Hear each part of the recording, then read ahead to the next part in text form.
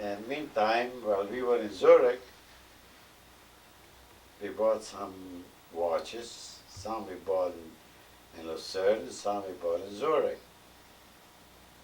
And being the mother was a wheelchair, she had about 6 or 8 watches up down her head. And of course, she wore sleeves, she wore it covered up. And we didn't know what to declare it or not to declare it. It was a mix-up. But when we landed at the airport, and you kids would holler, "Mom, Mom, Mom, we're here, we're here," and the baggage were there ready to inspect, and the man saw us over there, so he motioned to one of the gatemen, "Open up the gate and let her out, let Mom out." And she did. She went out ahead of me, and I went through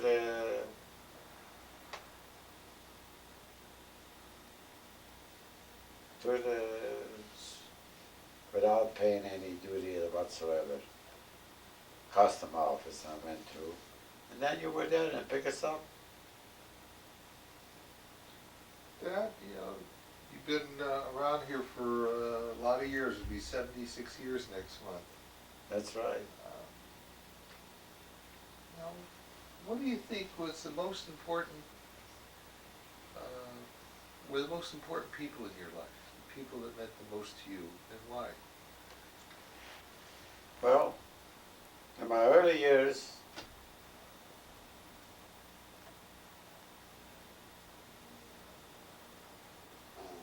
Grandma and Grandpa. The one that I have here. The Faggy Bain? Faggy and Israeli Bain.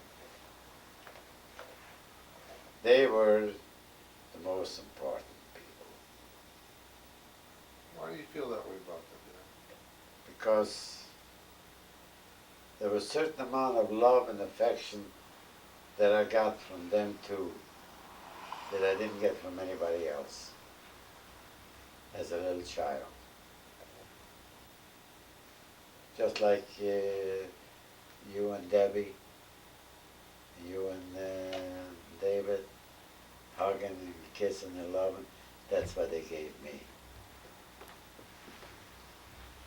That's what I had from them. That's why they meant, that's why I felt so close to them. While my other grandmother, she was sick, she was diabetic. My grandfather was busy with a business. My aunt was busy. And I was left to myself most of the time, playing with the other children there. And they all spoke Romanian and Hungarian. And that's the language, naturally, I spoke too. But there wasn't any closeness between the older people like I had with my grandmother and grandfather. Your grandparents in My Novi mother's side. Butchko. It's in the shtetl where you live. Yes, that's right. They were very close to me. Is that, I know how you are towards my kids. Is that where you learned to be a grandfather from your grandfather? Well, my dad wasn't so bad grandfather either. I remember my dad, how he loved you children. Oh, I remember that. Huh? Oh, very much so. But I was afraid of him. You was afraid of him? I was afraid of Zadie. I don't know why. He was, to me, a gruff man. But you're not a gruff man. The children aren't afraid of you. Oh. I was afraid of Zadie. I was afraid of his displeasure. He had an anger that he would display towards me. And I remember not wanting to do anything to displease Zadie because he would get angry. But you don't have that. No, I don't have that. Well, that's why I say that my grandfather and grandmother in Butchko, they were my most important people in my life at that time. And of course, when I came over Bernice I got close to Bernice, very close to you, to my sister Bernice. She was the baby. I was very close to her. And mother and dad, well, after you're 13, you're not, you don't go around hugging your mom and your dad and so forth. You know that 13, 14-year-old, I was busy with the other one. I didn't, and they were in business. So, as I told you before, it took me a year before I was able to say mother or father. I was waiting for them to address me first. Then I would talk to them. That's why I was very close to Bernice and also Fred. Then, of course, I made a lot of friends with the other immigrants that came out. They were in the same shape as I was, like Hank Kennard and his family, his sisters, his cousins, Morris, and so forth. We all came from the same district. So then the cousins over here. But as far as close affection is concerned, well,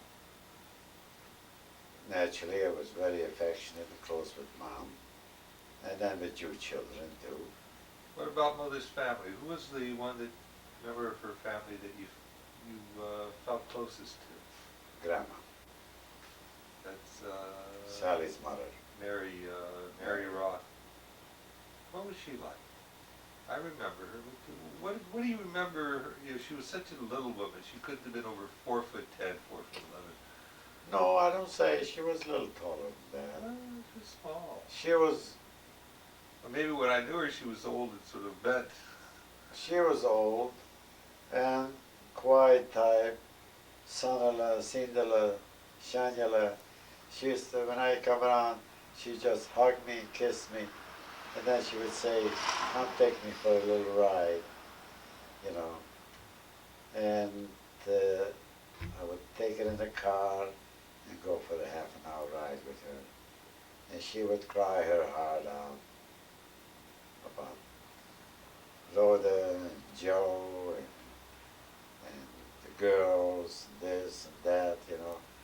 A lot of things that came into the family, you know, that was aggravating to her. She confided in you. I guess that's one of the reasons you felt so close to her. Yes, she did confide. She told me everything that happened. And she cried herself out. And after that, she came home, she felt better. How old was she when she passed away? I think she was about either 94 or 96.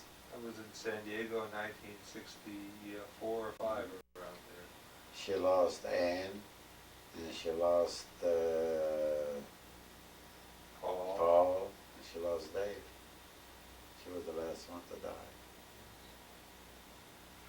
And after, when you lived in Gary, you were, who was the most important person in your life then? Was there anybody special that you had in your life? Well, besides mother, and you two kids, I was very close with Jimmy Roth, Teresa's first husband. Yes, well, I know. Well, you had 2 boys almost the same age. Yes. Danny and Jay were very close. And I was very close to Howard Bain,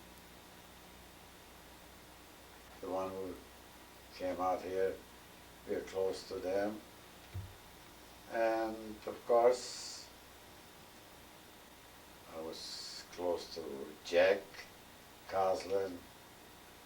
I was close to Jack and Lil moved out here about the same time you all moved the out. same time, yeah. Yeah, well, you came to the United States after the war and moved in with the family. How did Mother take to living with her in-laws right there after having been away from them so long?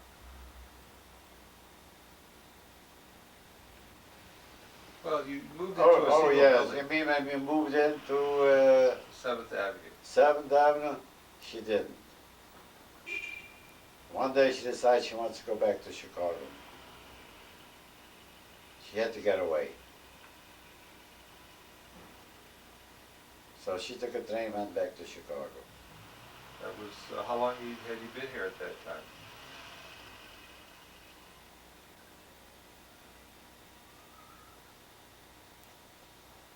Maybe 3, 4 years. Uncle Deja gave her $1,000 for the trip. Phyllis must have been about 3, 4 years old then. Yeah, she didn't go.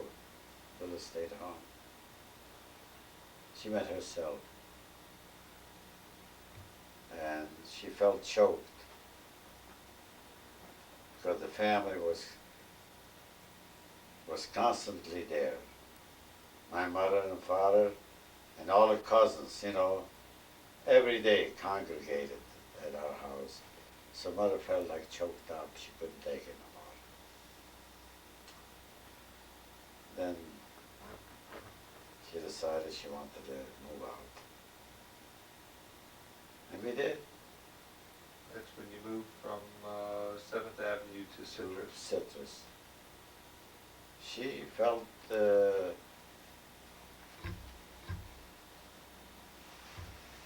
at first it was all right, when it first came out. And after that, with it keep on that tolerant, the going and coming, it got on her nerves. Well, with Bernice right upstairs or next door. Door and With the babies. with the Bernice had baby 2 and babies. so forth. Anytime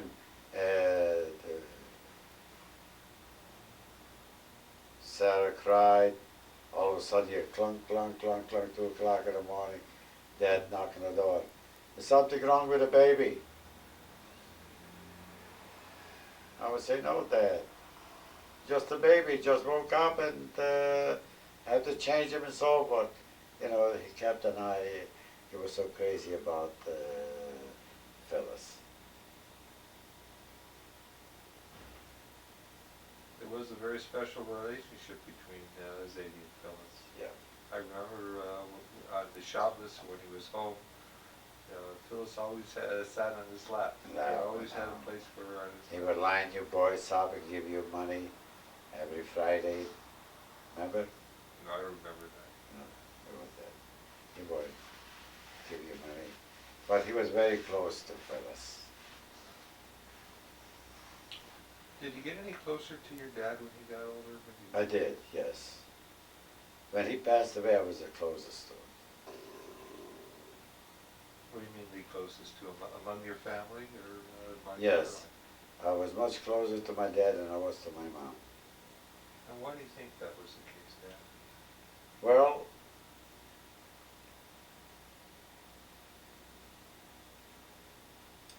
it's hard for me to explain. You see,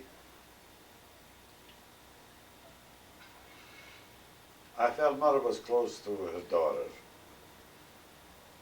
to both Phyllis and Fran. Fran and Bernice.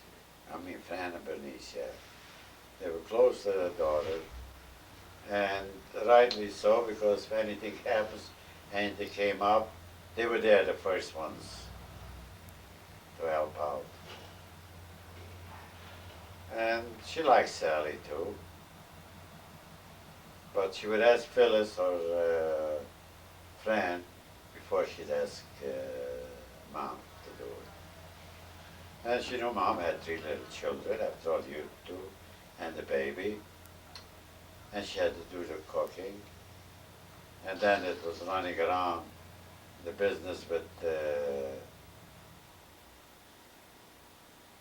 I was traveling every day back and forth to St. Petersburg. And when Dad took sick, he passed away in 1949, he passed away. And Mother got pregnant then too, and she had abortion. You mean she lost the baby or she aborted She it? she aborted it. She just didn't want another child. That's right. I didn't know that. She did. You see,